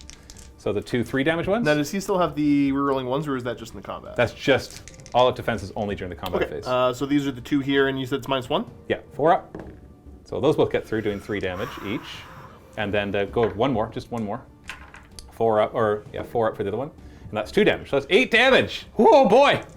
You know I'm on 5s. Come on, big fella. What? I took 2. 2? Josh, stop it! No. Just die! No, you were a bully to me earlier. Yeah, whatever. And then their axes still go into him because that's the only target they had. 5s and 5s, nothing. So charge a clock, start just over here. 6, that'll get me within half an inch. Boo. Stay away from your house guard. And nobody over here is charging, so yeah. Double. Hard choice of where to go first. Definitely not the Auric Earth card, but it comes down to, do I try to like kill him right off, or at least hurt him enough that when you hurt me back, the Volcanic Blood does the trick? And then I don't take that objective, and you can just retake it with your Huskard. Or do I focus more on the defense here and keep that objective as long as possible? I think that is the play. So Volkite Berserkers, they've already used their once per game ability to fight after they die. So, but maybe they won't. Maybe nobody will die this round either. So who knows? Thanks to terrain, no more can get in, so we'll just be stuck with those 5. 3s to hit, and then 4s to wound, re-rolling thanks to the prayer the priest did on them. Good thing, because I only got 2 in there so far. Come on, give me a bunch of 6s. Yikes! Crap. So these are -1 rend, but this one is 2 damage. So you got to roll that one separate. Do the single one first. And sorry, what's the rend? -1. So 5 up. Oh, you made the 2-1. And then 5 up against the other 2, you made 1. And so 5 up to ignore the 1 damage it does. Okay, single. Yeah, okay. So you take 1 wound. He's down to 9. But even if I shot him, it would only take him 2 more, so no big deal. So what are you going to choose to fight next with? I might as well try to hit your Magma Droth with the club and see what happens. Okay, bring it. 4 attacks. With the club on 3s. Yikes! He's tired. What has he done? He just showed up from ambush. No rend, so 4 up save. Oh, it does 2 damage, right? 2. Okay, so Volcanic Blood. I spill 1 mortal wound on you. Okay. So it brings him down to 6, and you still get to what? Bite me? Bite you. Bite me! 3 and 3. Yes? Oh. No. You're down to 6. I might as well try to bop you right here and finish off one of those sabers. We got 3s to hit, 3s to wound. That's an extra damage. No rend though, so 6 up save. Do the extra damage one first. No, that's 2 damage so far. Fail this one, And then they're all just dead. one more? Oh, we got him. Go Searing Runes, or Runes of Searing Heat. And then one of your Frost Sabers can go. Yeah, I think we'll do the Wounded Frost Saber. That's true, because otherwise I can just easily finish him off. 5s. Because it's -1. 3s. 1 wound. -1 rend, but I'm going to remember this time that I have cover. So I'm back to 5 up. Hey, look at that. And then I will have the 3 attack the unwounded one. Try to finish him off before he can hurt me. 3s to hit. 3s to wound. Ooh, we got 1. Just fill that. Oh, you're alive. Yeah. 6. Yeah, it's down to 1 wound. And now the rest of the order doesn't matter so much. You got 1 more Frost Saber. Why don't we do that over here? Sure. 5s to hit. 1 hit. 3s to wound. 1 wound. 5 up save with cover. So that will finish off the one that was injured from before. My Rune Sun will go next. Ooh, I could actually be cheeky and pile in and attack your Huskard. Oh, I didn't even think of that. You gonna drag the Huskard in? I'm going to try to kill the Huskard. So I'm going to pile in and put all my attacks in the Huskard. So I'm there. Your Thunder Tusk got in my way. Well, we'll start with my paltry 1 attack with my Javelin. Hitting on 3s. 4s. 4s because of -1. I rolled a 6. Wounding on 3s. Oh! -1 rend. 3 damage because you're a monster. Oh, you made it. You're good. We'll do his Blazing Maw, hitting on 5s because of your coldness. Only 4 attacks with my Claws and Horns because of my injury, hitting on 5s because of the coldness. Oh, this is not... this. You know, this wouldn't have killed your Javelin guy really anyways either. So that's my 1 consolation. 3s to wound. -1. So there you go. 2 damage, so you're down to 3. At least I didn't get back down to 1. I think you just slowly eke back up. And now you get to fight back, though, because I brought you in. You're welcome. Indeed. So we got the Tusks first, hitting on 3s. So did they lose attacks? They lose the to wound. Oh, that's right. Yeah. So now they're wounding on 4s. Yes. Oh, Oh, okay. that worked. Next up. Punch you and kick you. 3s to hit. And 4s to wound. 1 wound. No rend. So I get a 4-up save. Hey, I saved it. And that's all he's got. Yeah, Thunder Tusk aren't that great. They've got some utility, but that's about it. But now, let's see if you can push through the +1 save, re-rolling 1s, and your -1 to hit. What are you going to start with? Start off with the horns, hitting on 5s. Well, there's 2 6s. Okay. So far, they didn't care about that. 3s to wound. 2 wounds. -2. So I get a 5-up save, re-rolling 1s, thanks to re-roll. Oh, re-roll the 1, thanks to the. Ah, it didn't matter. 3 damage so far. Punches and kicks, 5s to hit. Oh, you're still rolling pretty hot there for the hits. 4s to wound you. 2 wounds. 3-up save. We're good. Crushing hooves. 4 attacks. Hitting on 4s because of the -1. Oh, look at all those 3s. Oh, it worked. All right. So I took 3 wounds, though. That finishes off the one that was hurt and kills the next one. That is all she wrote. I think so, yeah. So when it comes to Battle Shock, you lost nothing 1. here. I think I lost 1 cap, but it doesn't matter. Cause Yeah, you've got your bravery nearby. You lost a 2 here. I lost 2 of my Fyreslayers, the Volca Berserkers over there. So they're bravery 7, so if I roll a 6, 1 more I'll run. I do have a command point, but that doesn't seem worth it to Inspire and Presence for 1 guy. Yeah, and when you're not likely to run. And there's no other Battle Shock. But points-wise, I've obviously held on to that for the 3rd consecutive turn. Yep. So it's worth 3 victory points to me, bringing the score to 5-1. So that's not looking too good. Not exactly. No, you're killing me. I don't think I'm going to be tabling you, but I think I may hold on to that objective long enough, especially if right now I get the double turn. I think it's game. Probably, yeah. Because I think just getting the 4 points there is enough to put me so far ahead that you couldn't More than possibly likely. catch up. I think so, yeah. Yeah, so let's roll for that. You win ties, though. Just roll a 6. You don't have to worry. Oh, there you go. I'm not even going to roll. Good. It's my turn. Yeah, Come on. yeah. No double turns this game. It's a proper game. I don't know what I'm saying. You got a double turn. You had an excellent turn, though, so I needed it. Oh, yeah, It yeah. would have been GG otherwise. No, it's one of those times where the double turn actually gave us a game rather than just throwing it away. Time to empty the pot. Again. So we're going to see how many wounds he gets back. 1. Well, that's something at least. Then Buddy Boy down here. 1. Well, that's something. You've healed a lot. That's like the 3rd time you've emptied that. I think so. And you get that 1 back for him. Yeah, everything's wholly within 3 feet easily. What does he get back? 2. He's back to 5. That guy, he has restored 11 hit points. Yep. 11. Why don't you just kill him? I tried. But apparently I can't. At this point, I think retreating him is the only option. To get your Frost Lord in there. I need the Frost Lord in to do the damage. And the Frost Lord's hungry. Now, is he down any movement? Actually, good call. I need to check that. He's taken... So he is down in movement, so he can only move 11 inches with all his bonuses. Yeah, it's still... It should still... Get him... You've got a couple command points to help you get in there, so... Up into here. The trees. Stepping back for a second, we forgot your prayer. See if you can heal yourself on a 4+. Yeah. That's what you want to do, right? I will be trying to heal myself. So D3 wounds. 1. He's back up to a 6. Stay alive, man. And then he's got his Pulverize and Hailstorm. Just roll to see if you get it before you decide what to do with Good it. call. Yeah, see? No. Saved you some time. Thank you. Okay. I appreciate the efficiency. Pro tip, unless the number on the die matters, like you roll a 6, you do more, just roll it before deciding what to do. Because half the time the dice will be like, you just don't get to do it anyways, so it saves you a lot of thinking time, which I now wasted by explaining. It's We true. saved ourselves so much time. It's the irony of the whole thing. Yes. And I will go back to the movement phase, which you're done. Correct. Which yeah. means we're going to the shooting phase. So you got the vultures. So It's a bird, 2+, mortal wound. All right, down to 5. No volcanic blood from that. Well, you heard you don't have any shooting from him. We technically have to do the other bird first because it's the start of the shooting phase. correct. He still gets to do it even though he I think I'll retreated? send the bird back here. Boom. Okay, 2+. might as well. All right, down to 4. And you just want to shoot him then with that guy? I'm going to go with the Icebreaker Hunter, but I'm going to use the Icy Breath. Right. So 4 up to do D3 mortal wounds. Hold on. 4 up to do D3 mortal wounds. The Icy Breath on the Hunter? Oh, the hunter. Yeah. Okay, so he does D3 mortal wounds. I thought it was you're talking about the No. other ability. So he's down to 3. 8 dice with the Dirty Snowball, looking for 6s. 2, almost killed him. More importantly, that's 2 less volcanic bloods you have to worry about. Right to the charge phase. Yeah, Frost Lord, let's get him. They don't know what you need, so just roll it and roll high, and we don't have to worry about it.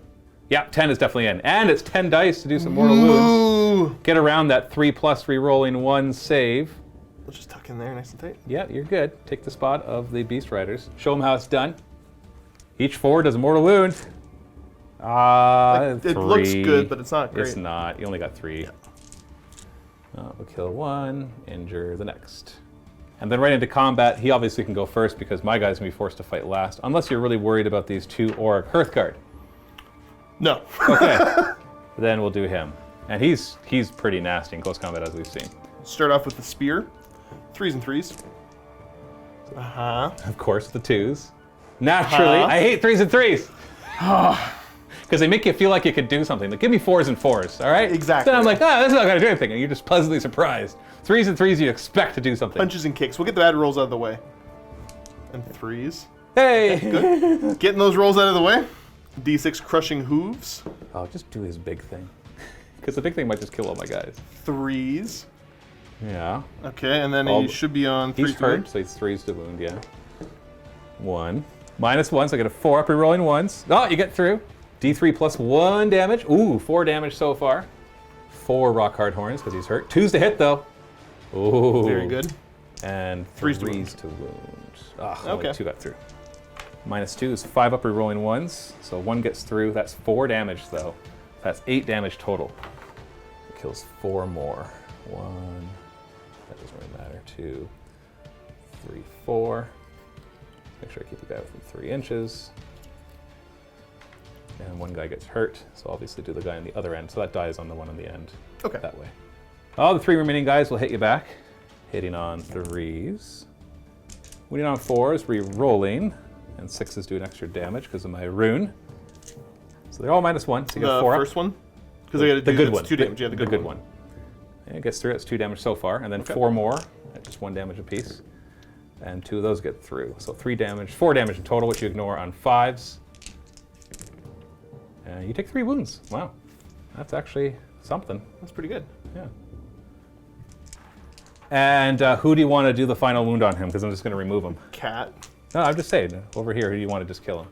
I know. You can do your Okay. cat. Let's just finish this guy up. The Hunter. Okay, so 4 up. He takes a mortal wound. Okay. And he dies. Oh. I just didn't want to do all the dice rolling. But obviously, he wanted one of the cats to attack next. Right.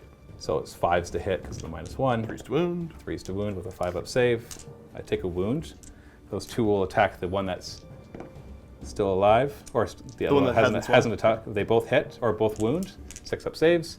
Ooh, almost survives. and he dies. Just give me that one die, not the die. Oh, you don't want the cat? I want the die to put on my guy. Ah. That's what I was waiting to put the die on the guy, because you had a die on your guy. So your guy took the die and put the die on my guy. Battle Shock, I'll throw my 1 command point for Inspiring Presence on them so they don't run. You controlled your objective again, getting 2 points, bringing the score to 5-3. And I think we can call it at this point. Yeah, because of me not being able to get this objective away. Yes, because all I have to do is retreat off of it and walk onto it with a hero, and that gives me 4 more points. Your cowardly wall. And let me do the math here, because you only have 1 more turn, so the most you can get is 4 points for the one and 1 point for the other. So that's 5 more points, which would bring you to 8, and I'll be at 9. Yeah. So it was close. It was. It was very close. If you had, I held you off just long enough here, and over here it just was that you didn't grab it early enough, or it was more just that neither of us could really. I should have been a little bit more aggressive on this side, and charging off. I should have been, if I was smarter with the order of activation, probably would have helped going over there. Like but the first turn, yeah. Yeah, because you want that. This scenario wants you to take it early. Yeah. Because the first time you take it, yeah, it's worth a point. But now mine's worth 4 points. Exactly, yeah. That's a lot of extra points right there. And if you get too far behind, it becomes, as we see, impossible to catch up. Right. But let's do a post game. Let's talk Yes. about it. Okay, so what'd you think? First time back. I like it. It's fun. I like how they play.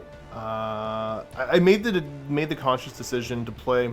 I'm not gonna say a goofy list, but kind of a fun skew list to try to relearn some of the mechanics and all of that. I think definitely being able to mix in some regular ogre units to go grab objectives, and just kind of be big, meat shields, right? Well, we happen to play the one scenario where your whole I count as 10 guys thing didn't matter, right? Correct, yeah. And that's only 3-inch range rather than 6-inch range for grabbing objectives. Right. And so that made a big difference. I think you'll find with a lot of the other scenarios that whole I count as 10 allows you to kind of squeeze in. Right. And all of a sudden now you're holding the objective, where it makes it much harder for your opponent to take it from you. Yeah, so I mean, I like how it all worked. I definitely... there's a part of me that wants to try like a multiple Frostlord list. Yeah, we have a couple of them. Yeah, because I don't know if that little extra hitting power on him is worth all those extra points, though. I feel like it used to be. I'll probably try it and realize that it's really not. I'm not saying he's not worth his points. It's just more like to spam him. Because you give up so many units in order to spam a few of him. Because the Beast Riders are so much cheaper than a Frostlord. Yeah, well, because it's an extra 1 or 2. It's 100 points cheaper, right? Yeah, and so if you're bringing... Or more, I think. It might be more than that. But even if it was 100 points, if you brought 2 extra Frostlords, that's 200 points. Yeah. That could drop you down a monster easily. And as soon as you drop down a monster, it's the monsters that do all the work. I think part of the mindset used to be trying to maximize, because I was playing back when making your behemoths into battle line still count them as behemoths. So Right. you were stuck with 4. Right. So it was trying to maximize out that way. Yeah, and now they're It's fine. a little bit more open in the way you can build stuff. Yeah, no, I'm happy with how it all turned out. The Huskard on Thunder Tusk did fantastic. Yeah, he Pretty was darn happy with that. Ironically, the Thunder Tusk was an MVP for sure. Yeah. Not that your Stonehorns didn't do their damage; they did their damage, except for that one charge from the one Beast Rider into my Volkite Berserkers over here. Which was lifeless. They pretty much any time they went in, they did what they were intended to do. Right, and I mean, I think it goes to show, because it was relatively, close at the end there. I still got a lot of hitting power, that if it was, your turn 2, where you took my 2 Stonehorns off the board? Yes. Yeah, so if I had 2 more of them running around, different game, I think. Yeah, exactly. Even if the wounds were spread out amongst everybody, but I still had the... Well, the more it spreads out, the more your Mop Pod is powerful, right? We saw that. Yeah. You used it 3 times. I don't know if it was a mistake of me to put more guys within 6 inches of it, but I really... In the end, it wasn't. I won. And Exactly. Because my job was to keep you away from that objective so I could load up those points. And so because I failed to cast that wall the first turn, that's when I brought in the Volkite Berserkers from underground. And No, I think you brought your Volkites turn 2, right? I did, because I failed to cast the wall. Oh, okay, gotcha, yeah. If I had cast the wall, I wouldn't have brought them up there. Yeah. I maybe would have reinforced this side of the table and used them as a wall over here to help charge in and just keep things going. But because I failed to cast the wall, I brought in my secondary wall of dwarves. Yeah. They charged forward, got eaten a lot. but held you off for 2 turns. It was 2 of your turns to kill them. Because you went and then double turned and you finished them off after your double turn. That's a lot of time to hold them back. And then I threw the wall down. Which was, yeah, just great utility. I think the big thing is, you know, obviously I like to train heavy boards. If we didn't have as much terrain, I think I would have just had the mobility to kind of do whatever I want, which would have been boring. I'm remembering something. Oh no. A rules boo-boo. What did, oh. I forgot to check if the wall would go away at the end of the battle round. You better check now, Matthew! Because that would be a win. Well, no, yeah, no, because you didn't. I would have had 2 of them attacking you, because I would have just went up there. Check the rule. Yeah. Check the rule. Ah. Okay. Ah, dang. Okay, so 4+ it stays. Oh no. Okay, we don't know if that would have been the roll, but let's assume that was. So that would have gone away, and then you got your double turn, right? Yeah. And so you would have charged straight at. Oh no. Because yeah, he would have been sitting here, and he would have been still here. been swinging. So then the question is. Okay, so here's how. Okay, then let's reenact this. Okay. Okay. Because maybe you got the victory. So what we have to do, you would have had them go first, right? Because you want him to do the killing blow, because they're too far. Because if he attacks and they kill, you don't get the objective. Yep. And then I just walk onto the objective and, or shoot you off of it and then walk onto it and, or something, maybe. I don't know.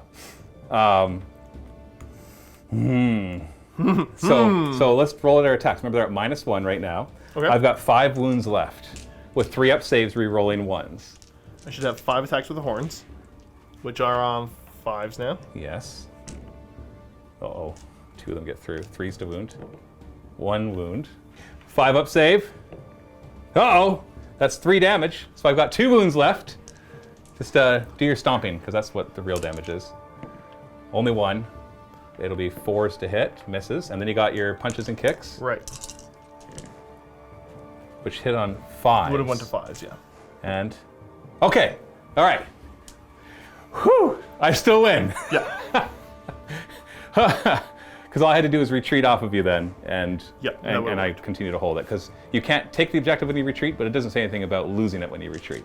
One more thing. What? What are you rolling? My bow. Oh, because you would have shot the bow. Ah, you missed. Dang. Whatever. Okay. Oh, that's a big deal. You were 2 wounds away from actually winning the game. Yep. Okay. And hopefully the commenters will. Anybody who posts saying you forgot to check will have watched this point and realized that. Everybody watches the full video before commenting. Oh yeah, of course. Nobody comments as they watch the video. Oh wow, that's a big difference. So It was a lot closer than we thought. Like ridiculously close. That was very, very close, yeah. That wall would have gone away. So if I had remembered that rule, now what did I roll for the wall? I think I rolled a 1 anyways. I would have placed it a little further back, so it would have been 6 inches of him. Yeah. Because then it would be on a 3+, it stays, rather than 4+. Okay. I think you rolled, did you roll 3 anyways? I think I rolled a 1, okay. so it didn't matter. I rolled a 1, yeah. I remember now. So, but I rolled it there, so parallel universe, dice would have been very different. Yeah. But we've now resolved it and feel better about ourselves. So that game was 2 wounds away from you taking it back, which would have allowed you to win, because you would have grabbed that objective, got 1 point for it, and that's how many points you were off by. So even if I somehow managed to take it back, then we would count up points killed, and you definitely would have killed more points than me. Definitely. Now there's still a chance on my turn to just blammo you right off, and then... Yeah. So maybe I could have got it back, but you satisfied with that? I'm fairly satisfied with it. I think the only other thing, because I mean, it would have been hindsight. If I had the chance to destroy that unit, maybe I could have done something with the Thunder Tusk going that way. Not likely. No, he was stuck in combat with my guy. I don't know, because it doesn't prevent the Vulture. Yeah, but and does it prevent 30 the frost? inches though? It's 30. You're not going to reach that with 30 inches. Yeah, I guess. Yeah. Yeah. It wasn't going to be. Maybe you'd have the 1 more Vulture from that one. Yeah, because I wouldn't be able to get the snowball in range either, because it's only 18. I think. Yeah. So yeah. So unfortunately, anything over on that side of the table. It's basically 2 games going on at the same time. Yeah. And it's like we take the average of the 2 games, and that determines the winner. Right. So you won on this side by okay, and I won on this side by a lot, and so a lot average with okay means okay. So I did okay. Which is all right. Which is all right. Because the score was like 9-8 in the end, yeah. right? So that's okay. That's pretty good. That's a win. Oh, I am sorry about that. No, that's okay. That's my bad. I totally forgot about that. I got so hung up in your double turn that I didn't even think about checking if it disappears or not. Because that's a big deal. So thankfully it resolved the same way. Or even if it didn't, we could have called you the victor. And thankfully we caught it and resolved it, is what I'll say. Well, I hope that you enjoyed that. Now, are we going to see more ogre Maw tribes from you, like more than just Beastclaw Raiders? Are we going to see gluttons? Oh, definitely. I mean, lead like I belchers? still, like, if you're familiar, like I still have a glutton army myself. Well, that's mostly what I've been like using. them. Yeah. A lot of times when I played, I was borrowing your army. Right. Oh yeah, actually, yeah. For the longest time, you were borrowing. Yeah. Lately we got a bunch more in, but even then, I still borrow some of yours to fill out if I want to spam a certain thing. Yeah, definitely. I always like them. You know, I loved them in fantasy, and the ability to kind of mix and match is pretty nice. appealing to me. Yeah, I found that some of my favorite lists were a mix. You'd have like 2 Stonehorns, and then the rest was your regular ogres. I just love the Iron Guts. They're my favorite. And there may be a list that I'm tinkering with Iron Blasters, because we have a bunch of them now, I believe. Yeah, we got a few. Iron Blasters can be okay. There's the Underguts Yeah. that I think can do some silly things with them. I wish we had more lead belchers. Just do a full army of nothing but lead belchers. Because lead belchers points How many do we have? I don't know if we have like 8 or 10 or 12 maybe. It's not quite as many. Because I think they're the same points cost as a glutton. Yeah. But they're technically better because they got a rend in close combat. They lose one of their attacks in close combat, but then they have their shooting, so that more than makes up for it, right? And then they have shooting. Yeah. So the only difference is, well, no, there's no difference. You buy them in 2s, and they're not battle line until you bring them in 4. But whatever. Yeah, well, I think I have enough personal ones too, because I think I still have some more ones that just aren't on base yet. So we probably can get at least 20 into a list. That would be cool. Yeah. Because then I think it is the Underguts that get some cool bonuses for the lead belchers. Right. I think they increase their range to 18 from 12. And then they have a command ability as well to make them a little better. Right, and I think I can't remember if it's an artifact or what, but I think there is something that helps with the Iron Blaster, so it's this hilarious Yes, there's definitely the Iron Blasters get a little bit of a buff. I think they get an extra attack, or there's the Scrap Launchers too. They actually end up being pretty good against hordes. Yep. They can perform pretty well, especially if they're left alone for 2 or 3 turns. So there's a lot of cool stuff. I really like the Ogre Maw tribe, so gladly hand the reins back to you for that. Why, thank you. Because now we're not just going to see Beastclaw Raiders, right? Well, I mean, like, even previously, I was still playing Gutbusters. I mean, they weren't as infamous as the Beastclaws, but I still played them quite a bit before. Yeah. Well, we'll see more of that. Okay, well, thanks for watching. Stay tuned. Don't forget to check out the Vault Battle Report, and happy wargaming. Happy wargaming. Thanks so much for watching that battle report. Make sure you go check out Steve and myself playing again in the MiniWarGaming Vault, this time with Trogoth, Gloomspike Gits with a big old snotty Gargan. Gross. gross. Against my Stormcast Eternals Warrior Chamber. You can check that out in the vault right after you finish this, which you did. You just finished. So go check it out now. Thank you for watching. Thank you for watching it.